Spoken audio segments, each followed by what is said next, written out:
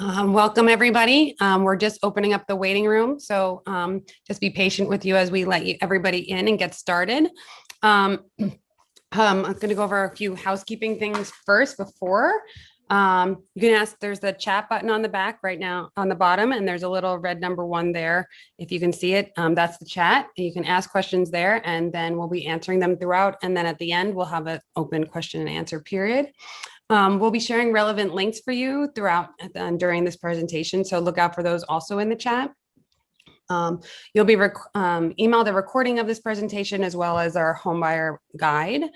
So make sure you open the email, the post-event email from us. It'll have a link to our homebuyer guide. And you can contact any of us afterwards with any questions you didn't want to ask publicly, and we can talk privately about your specific situation. I'm Victoria Alexander. I'm owner of Realty Collective, a boutique real estate firm. I started 16 years ago to defy the stereotypes associated with real estate. This is the lovely ocean backdrop behind me that I find very calming and soothing. I'm basically your coach, your therapist, your sounding board, helping you through the emotional roller coaster that is buying real estate in New York City. And I work very closely with Lisa Yonchi and Rashida Sadiq for, decades now at this point. I developed this meeting's going to continue. But when the Zoom things pop up, I get a little distracted. So I started buying into Brooklyn as an in-person presentation and course over 11 years ago that we hosted at Brooklyn Brewery with Brooklyn Base as our partner. And now it has evolved into this online class that I've been doing with Lisa and Rashida. So these are the 3 people you need to assemble your team. I'm going to let Lisa introduce herself first as her mortgage professional. Go ahead, Lisa, take it away. Hey everyone, my name is Lisa. I'm a mortgage officer at Cross Country Mortgage. I have been in the business for like 6 or 7 years now. I specialize in New York City and the surrounding area. I love working with first-time home buyers. They're a huge part of my business. And yeah, Cross Country Mortgage, we're a private mortgage bank. So we work like all the big banks, but all we do is mortgages.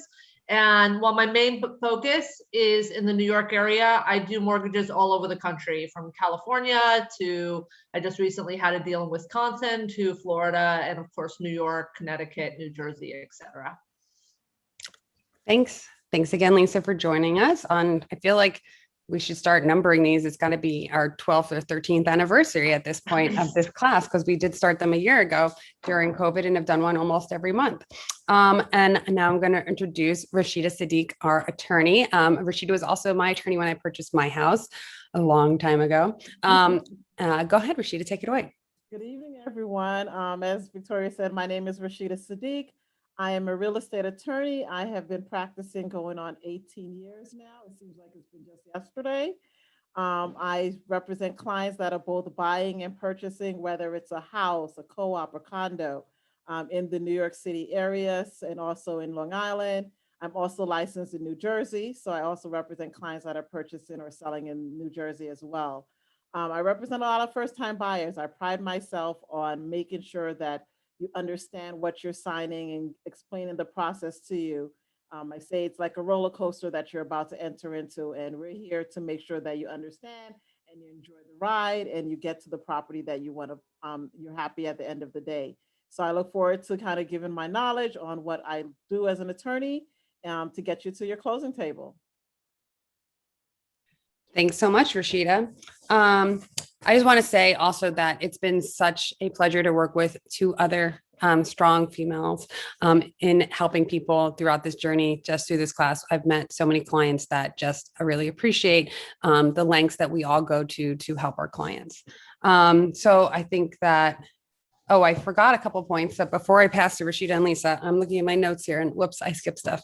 That my role really is your coach, that my services come free to buyers. I get paid by the seller. And that's always an important distinction. People are always worried about paying your broker, but the broker gets paid in sales by the seller. So just consider that as part of your closing costs when you have to sell. And And then the three people, the next slide that we're talking about, which is creating your dream team, the three people that you absolutely should have for a purchase in the state of New York are a real estate broker, a mortgage professional, and an attorney. And the fiduciary responsibility will always be, from my perspective, is to the buyer, because that's who I represent. And when you walk into a piece of property, the seller, the broker that is there represents the seller, and their fiduciary responsibility is to the seller.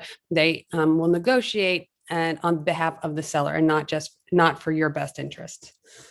When you are thinking about hiring any of us, it's really great to interview and think of this as a job. You want to feel comfortable with whoever you're talking to, make sure they don't make you feel scared or intimidated, but that really you are a person to be served. And that personality type is really important. You want to feel comfortable talking to these people, that they are on the same wavelength as you, and that they're going to make you feel comfortable throughout this very stressful process, and make you feel as little stress as possible. That's our job, to make this complicated situation have as little as, there are always going to be hurdles, but to make them feel like little road bumps instead of deep drops. So why buy now? Next slide, I guess, Meredith. The rent's too damn high. Well, rents have still come down a little bit, but they're still high because it's still New York City. You get to have your own design, investment for long and short term, building equity. Interest rates have never been lower. And so the distance between renting and buying right now has never been closer. What else? Reasons for buying? Up the cost of living. And then the other thing is that really, when people are thinking about buying, next slide, please, we talk about the rent versus buy matrix, which is a formula provided by the New York Times where you can put in your certain criteria and then see if buying right now or renting right now is right for you. So that is a link that we're going to drop in the chat, and then you can then go put in your specific criteria and go from there. I got another weird Zoom message that threw me off again. Oh my God, cancel. Geez Louise. The reasons it wouldn't be a good time to buy would be if your property is rent stabilized, if you are thinking about moving out of town for a job, if you have family that is not here rooted in New York City. So the first thing, once you have finished doing the rent to buy matrix and it's telling you, oh, you should be buying, is you assemble your team. And like I said previously, that's the big three you need to get together: your mortgage professional, your lawyer, and your real estate broker. You also may need an inspector and a contractor, depending on the type of property you're buying, but we have a list of those that we can recommend for you. Pass to Lisa to talk to her about her role in the assemblage, because you're the first person we always encourage people to talk to. You're on mute, Lisa. Yep, gotcha. Thanks. So yeah, you're come to this webinar, you're like, maybe I want to tackle buying, don't even know where to start. So yes, I am one of the first people you should talk to. And why that's the case is because you want to know what you're going to be able to get pre-approved for before you start looking at properties. You don't want to fall in love with something that is beyond your budget. You also don't want to sell yourself short and think, oh, I can only afford X, when maybe in fact you can afford more than that if you want to. So talking with a mortgage professional is really the first thing you should do. When you have a discussion with me, the first thing I'm going to do is talk about sort of what you're looking for. Do you have an idea of what you want? Are you looking for a co-op or a condo? Do you have a purchase price in mind? Also, we're going to talk a lot about your employment. What do you do for a living? How do you get paid? Are you going to change jobs soon? Are you pretty stable? Where do you have ideas of where the down payment is coming from? All of that is like part of the story of how you get pre-approved. All of that is information that I need to find the right product for you. What's really cool about mortgages, both right now and also for what I offer in cross country, is that we have a whole bunch of different products. So I can find the right product for your specific situation, instead of just sort of fitting you into the 30-year, 20% down product, which might be the right fit or it might be something else. Once we talk, I will run your credit and I'll get you a pre-approval letter. And what I tell everybody is that pre-approval letter, it's really a working draft. As you go out with Victoria and you start looking at things, you're going to get a better idea of what you want. And that's fine. That's how it should be. You will maybe get a list from Victoria and shoot me an email and say, you know what, Lisa, we're going to see this property tomorrow. And like, we think we're going to love it. Can you crunch the numbers on this? Well, I'm happy to do that. That's part of the process. In terms of various products that are available, just to give you a snapshot, the standard is a 30-year, 20% down. That doesn't mean you have to put 20% down. You can put 10% down. You can put as little as 3.5% down if you go FHA. So it really depends on what you want and your specific situation to find you the right place. The other thing I'll just say right now, and I know Victoria will talk about this more in a minute, it's starting to become a bit of a wild market in New York. So you need to be prepared when you start looking at things to, you know, what your max is and also what you think, you know, to put the best offer out there. And there are ways you can also do that from the mortgage aspect. I have a lot of clients right now that are putting in, and Rashida will talk more about this, a waiver to the appraisal contingency up to a certain amount so that they can ensure to get the property even if the appraisal comes in a little low. So those are all things that you want to sort of talk to your mortgage professional about so that you really understand in this pretty unique market what you can do, and then you get to decide what you want to do. Great. And I'm just going to add to that. When you're picking your team, if you are buying in New York City, you want a New York City expert. Do not hire anybody that is not focused on real estate. Oh, I have a lawyer. If they are not a New York City real estate lawyer, they are not for you. If you are going to be buying here. Same thing with your mortgage professional. You want them to understand co-ops and condos and new construction here. It's a very nuanced market, and you don't want to be making errors that could cost you time, money, energy, and maybe even cost you the property that you're in love with because you didn't have a seasoned professional. So it's important that these are New York City people. Even if your uncle's a lawyer, he's going to give you a deal. That deal is not worth it. You get what you pay for, in my mind, and that you need to hire someone that is an expert. So then the other thing is also the one thing Lisa didn't mention that she does is if you haven't filed your taxes yet and you've gotten an extension, talk to her. If you're self-employed, there's things that she can talk to you about your financial situation that can guide you to make sure that you get you look more attractive to banks so you're able to get a loan. So don't, I saw somebody ask about talking to us if there was a fee. It's free to talk to any of us. Advice is free. We'd love to talk to you and help you if we can in any way. And you want to definitely get pre-approved before you start going to look at property. That's the other thing that I always tell people. So where do you search? Next slide. The internet has changed. And oh, wait, that was financing for Lisa. Okay, where do you search? If anybody wants to put where they're searching in the chat, if you're looking on Zillow or Realtor.com or StreetEasy, I'd be really interested to see where people look these days. None of the public sites that the public has access to actually collocates all the sources into one place because they all have different called syndication. So if you're not working with a broker and you're just looking on StreetEasy, you're missing a good portion of the listings. There's this one site called No StreetEasy or something where because StreetEasy charges that they're boycotting StreetEasy. It's kind of crazy, but the internet has just changed the way that people look at real estate. So just because you're looking at one site or is it also looking at 10 sites, work with a real estate broker that has access to all of the sites. And that's usually through the RLS, which is the REBNY listing service. It's like an MLS, but we have a guiding ethics group here called REBNY, which is the Real Estate Board of New York that helps us all work together. I work with everybody that's also REBNY members like Corcoran and Halstead. We all have access to the same listings for buyer representation. What else? From public access, though, I do think StreetEasy is the best one.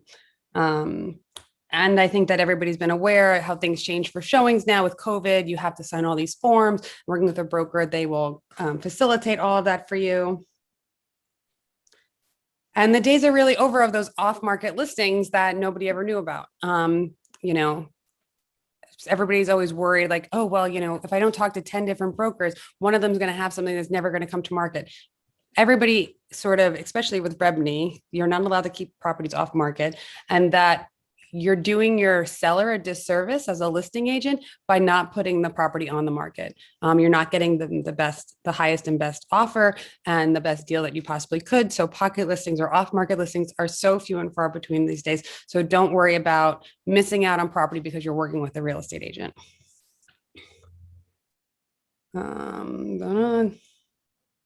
Also, don't worry about working with a broker in the aspect that you think the broker is not going to want to work with another broker. When I'm representing a piece of property and a client works in with and then doesn't have representation, I already discount that they're probably not going to be the buyer for this property because they don't have the guided resources of an agent's advice to get them through the process. Because you really need someone to hold your hand through all this. Unless you're, you know, bought 10 properties in New York City, it's a very trying process, and you need someone to help you walking through. Lisa, were you going to say something? Oh, I thought you were waving at me. So, and just to keep in mind when you are working into that property that that broker is representing the seller as well. So what are you looking for? Next slide. You're looking location, site type, amenities. All these things are going to play into each other. If you really want a doorman, you probably are going to look in Brooklyn Heights or Prospect Heights. If you really want a condo, you're probably looking mostly in new construction. Brooklyn Heights is probably not for you. More like Williamsburg, downtown Brooklyn. Bed-Stuy's got a lot of condos right now. You want to buy a 1 to 3 family house under 1.5. That's like East Bed-Stuy, East Bushwick. So depending on your purchase price and the type of amenities and type of property you're looking for is going to dictate a little bit of what's open to you. Just because you have $2 million doesn't mean that you're going to be able to buy, you know, a 2-3 family house in Fort Greene. It just, the prices are just don't align for that. So talk about building psychology, new construction. Rashida, do you want to talk anything about new construction and what to look for? There's a lot of new construction deals right now. You and I have done them together.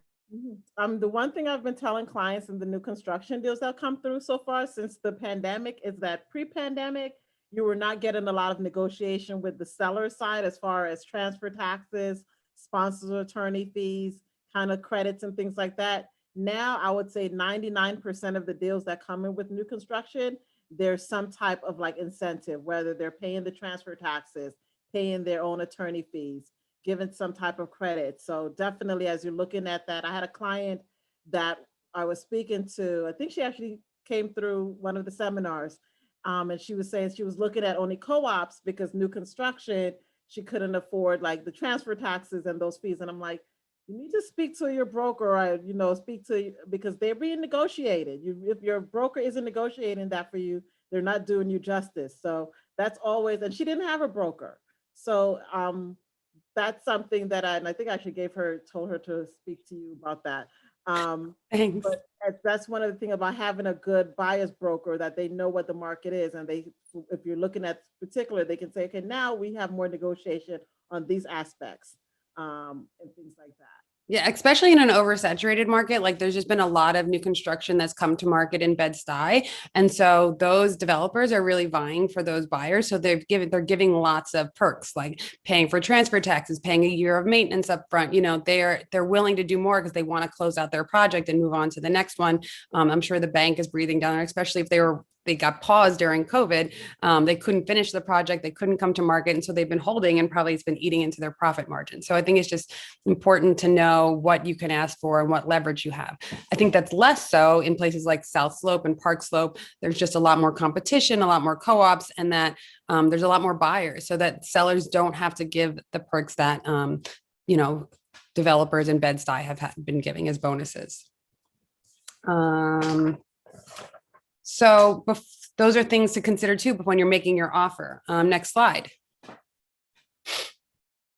Rashida, besides negotiating ahead of time, can you want to talk about like making the offer contingent on financing, making it contingent on an inspection? Yeah. So definitely in New York, you do your inspection prior to signing the contract. So very rarely would I have an inspection contingency for after you sign the contract, because most attorneys say do your inspection, then sign the contract. But typically your contract, when you're negotiating, you want to, if you're getting financing, you want to have a financing contingency in there. And a lot, I'm starting to see it a little bit more where, depending on the market regarding the appraisal, part of the financing contingency is the appraisal that the bank has to do, has to be satisfactory. However, if you're putting down, let's say 75% financing or something like that, the bank may still find it satisfactory even if the appraisal came in lower. So we try to put in appraisal contingencies. We try to put in certain floors that at least has to appraise for a certain amount. If you're waiving your appraisal contingency, because you don't want to waive your financing contingency or your appraisal contingency and have no bottom line. What if it under appraises for $200,000? Do you have that extra money to come up with? Yeah, you may have 50,000, but you may not have 200. So those are things that you want to think about if you know in part of the negotiation in regard to appraisals and things that you want to waive to kind of get yourself in above another buyer. That's really as is clauses that you're taking the property and as is, you understand the condition. They're not going to give you any credits for repairs. They're not fixing these items. So that's also why it's important that you do your inspection, whether it's a co-op, whether it's a condo, definitely if it's a house. Some of the bigger co-ops, maybe you don't want to do an inspection, but I still say do your inspection because even if it's a small apartment, you want to know what's going on in that apartment as well. Lisa, you were going to add something about the. Oh, well, yeah, I was going to say one option with the appraisals that I've been seeing it more in the burbs than in the city, because honestly, in the city, appraisals haven't really been coming in low. Very rarely. It's more in the burbs. But one thing you can do is, like, let's say you negotiate, Rashida and Victoria help you negotiate a great offer where it's like, okay, if it comes in 20,000 less on the appraisal, I'll still take it. Okay, so what you can do is then do mortgage insurance, either upfront or monthly, to cover that difference. And upfront mortgage insurance is really affordable right now. So rather than, like, I actually have a client that just did this. So rather than putting an additional 20,000 down, which is a lot of money, they just did upfront mortgage insurance of $3,000. And they paid it up front at closing, so they didn't have to worry about it per month. And it allowed them to sort of have a little bit of negotiating power in terms of getting the house, and when the appraisal came low, like not walking away. So that's something that, you can talk about if it's for your specific situation. But Rashida is absolutely right. Like, I would never be like, no appraisal contingency, because that's ridiculous, because that's setting yourself up for the appraisal coming in, at like $5 and you're stuck with the property. I mean, not like it would ever come in at $5, but but there is, like, ways to talk about, what if situations as you get ready to make that offer, if you really love the place and you want to make sure you get it. We've been helping people write their cover letters. So we have them write them and then we edit them for them to help them make themselves more appealing. It's really important. I always say for the first things that you need to do is to submit an offer is to have your pre-approval letter. You need to have your cover letter. And then we have you fill out something called a financial statement, that as a revenue financial statement. And those are 3 things you have to have ready to go to put in an offer. So that's why we say, don't go look at property until you're pre-approved, and to start working on your cover letter. And we're happy to edit it. It's a service that we offer people. So say we put in an offer, you don't have to put in a financing contingency. We do the inspection, and if it's a condo or a co-op, hopefully nothing comes back. This house, even in the best houses, there's been small things that do come up, but and to be aware of those things and that what you want to ask for. You can go to the next slide, Meredith. So just to understand what the things to ask for, the buying it as is. Like, if you knew that it needs a new roof because it was disclosed to you, you're not going to try to renegotiate after the inspection. You need a new roof because it was made clear, everybody was transparent about the condition of the roof. So we negotiate the terms, and then there's something called the deal sheets go to the lawyers. I send it, if I'm the representing the seller, I send it to Lisa, to Rashida and the other attorney. God, I can't get everybody's name. Rolls right tonight. Then all the terms on there are the terms that are going to go into the contract. So everything has to be negotiated ahead of time. Rashida's not going to start renegotiating your clause about the kids' room walls being painted before closing. If I didn't write it on the deal sheet, she's not going to know about it. So that's why it's important that we negotiate all of those terms. And that's why the inspection happens before the contract signing. Then once we send out the deal sheets, that's when the lawyers start talking and creating the actual contract. I also usually send the deal sheet to Lisa so she can start investigating the building and all of the different due diligence that might have to happen for the building. If I'm representing the property and not the buyer, then I usually will have the building finance, if it's a condo or a co-op, the building financials, the offering plan, and the lawyers will have to make time to go read the minutes. Rashida, you want to talk a little bit about what happens after contract signing or to get to contract signing?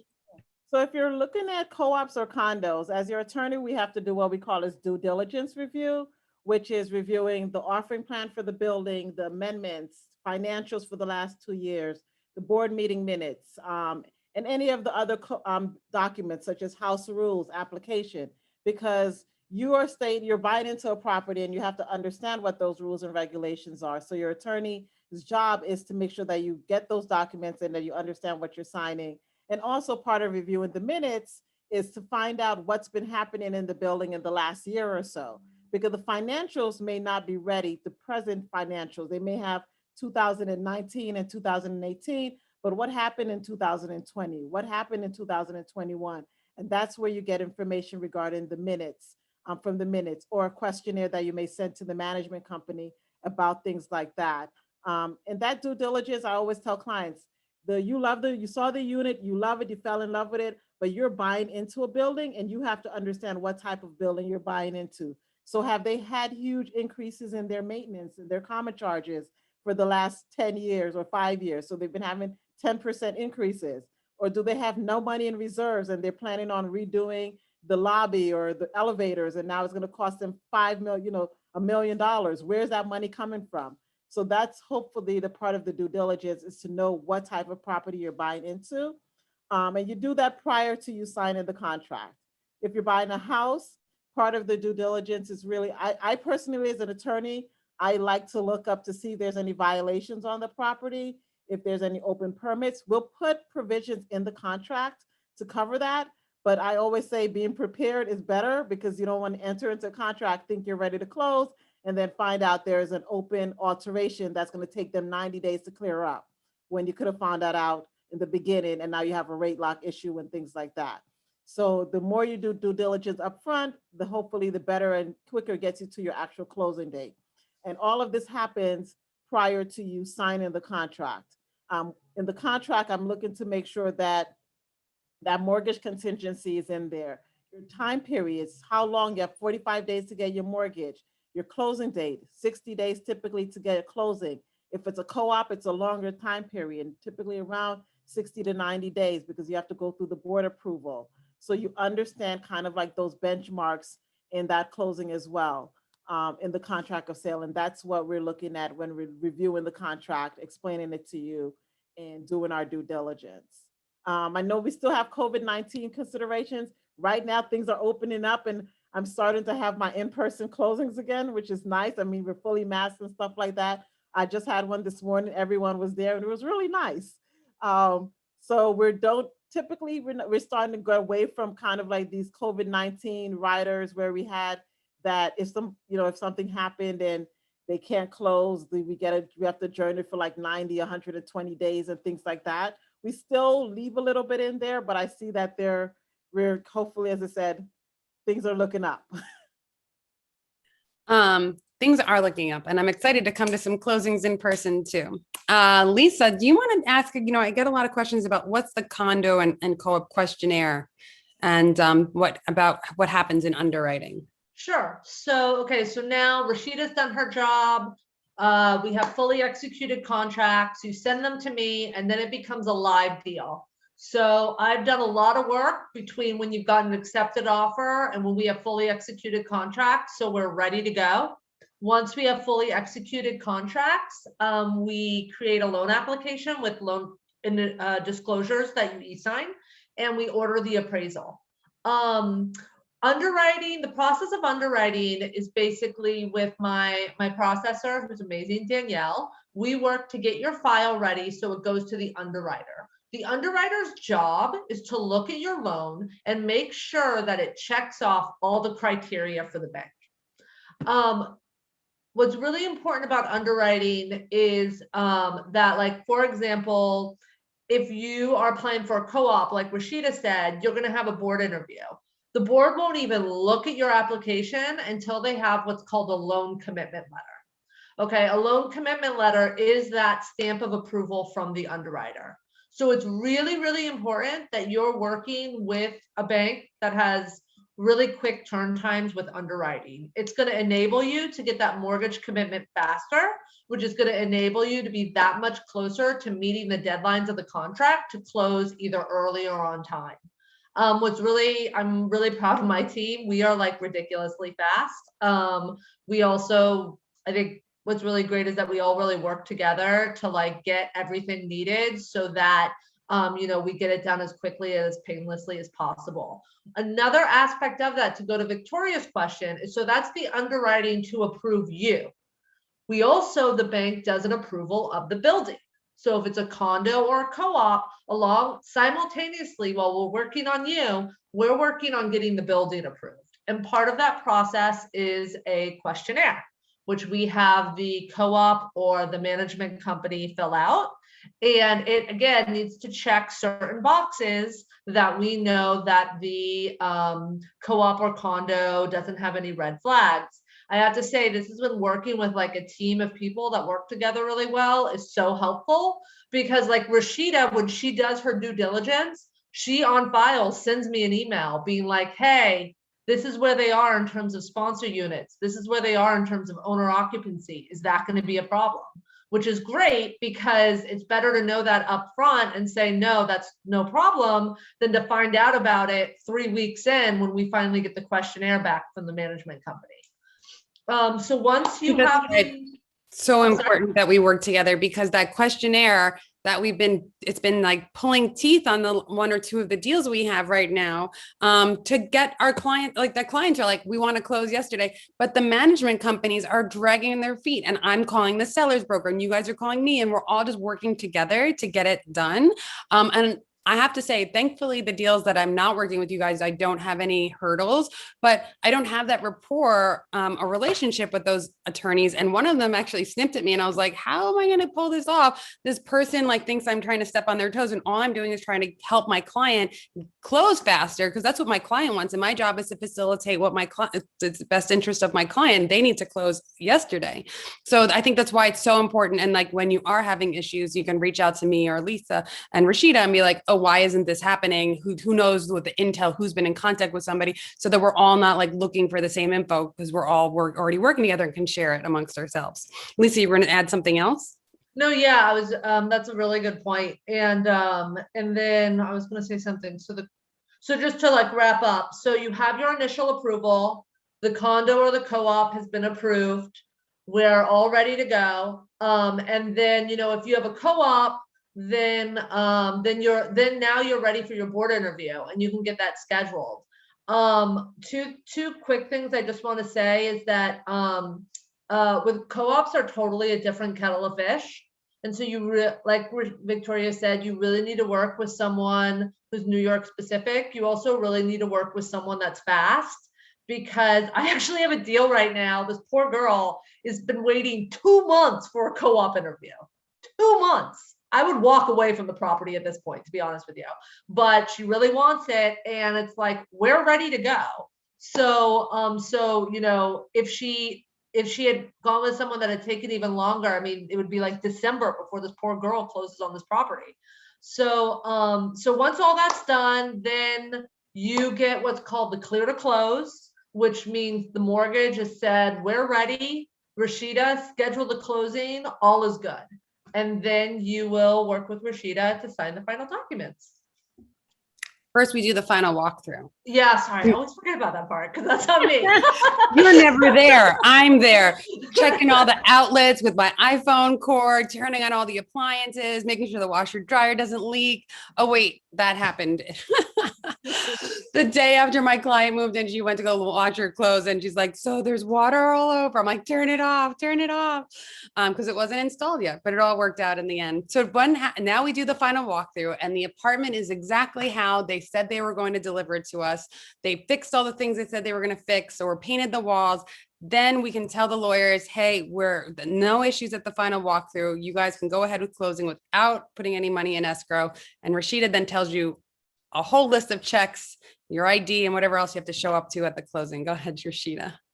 So that closing is always fun to schedule, getting everyone together on the same day at the same time. So I always say that's when you become a juggling master of getting everyone together. But typically for your closing is roughly about an hour and a half to 2 hours.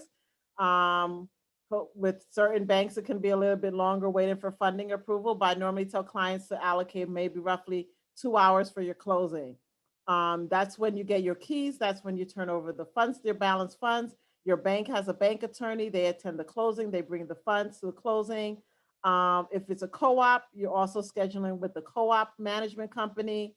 So they attend the closing. You get your stock and lease, which are your ownership documents. For a house and a condo, you get your deed. Title company comes to the closing.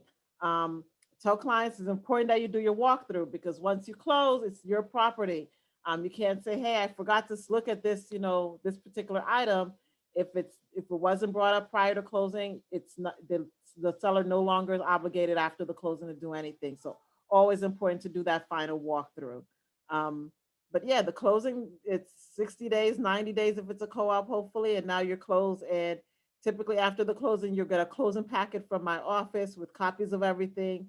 But as I said, right now, we're still doing partially in-person closing, so wires are being utilized, but we're starting to get back to where you're going to have in-person closings where you have to bring bank checks. So it's important that you have the funds in your bank account. I think we kind of skipped over this, but down payments, always make sure you have the money in your account, whether it's, a lot of people are doing online banking. Real estate is a little still old fashioned where we still want checks.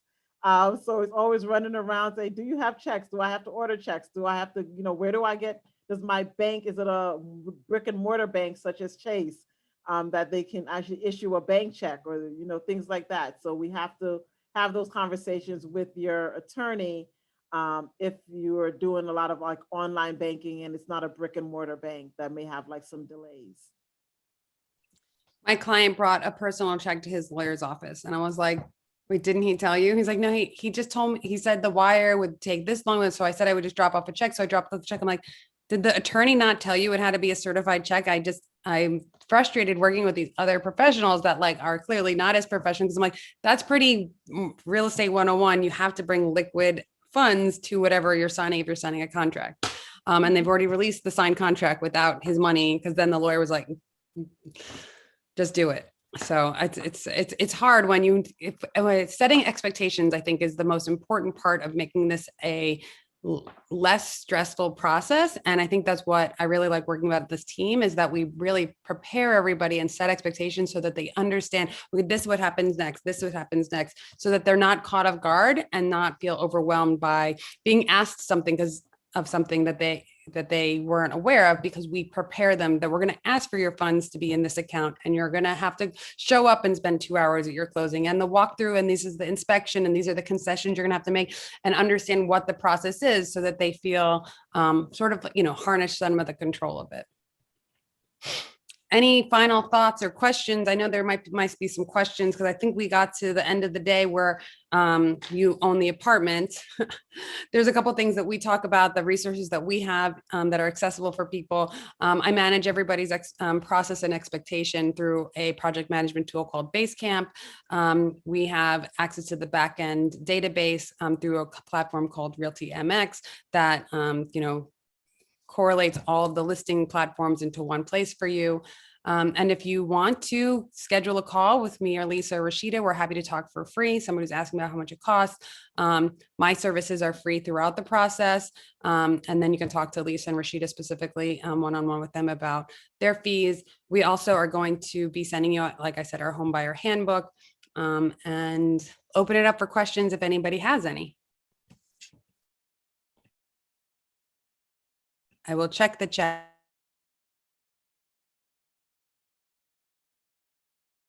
I don't see any questions in the chat.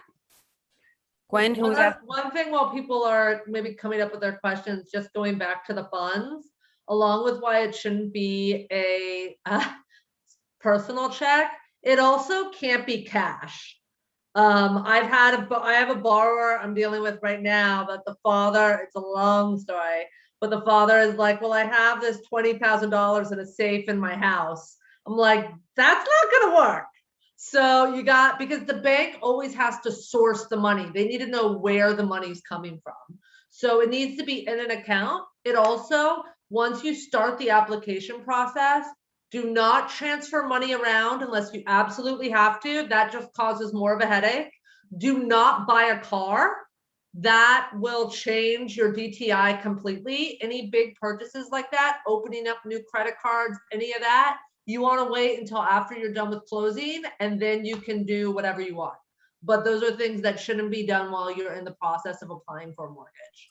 What's up with these dads? Remember that other deal we had where the dad had the $20,000 in a shoebox? It was the same amount. It was the exact same amount, but it was a shoebox. I know. The safe guy sounds a little bit safer than the shoebox, honestly. Right. But I think, and I had a buyer that didn't listen to me last year. He had all this money and he wanted to bring it in cash. I'm like, you can't do that. This is what we have to do. And he just decided not to listen to me and showed up at the closing with a bag full of cash. And we're like, really? Who are these people? Closing and figure something out. And like, it was a mess. So just don't do that, guys. Just don't be that person. Or be that person. It would be nice to have that much cash, but just don't show up the closing with it. Exactly. Get the cash, guys. Exactly. I love it. Well, I want to thank everybody so much for joining us on this beautiful day. So go enjoy. I'm already, virtually trying to enjoy this nice weather. It's super nice and warm outside, and that it feels like in New York City that summer might be here for us. Been waiting a long time. So thank you guys so much. Thanks, guys. Thank you. Bye, guys. Bye.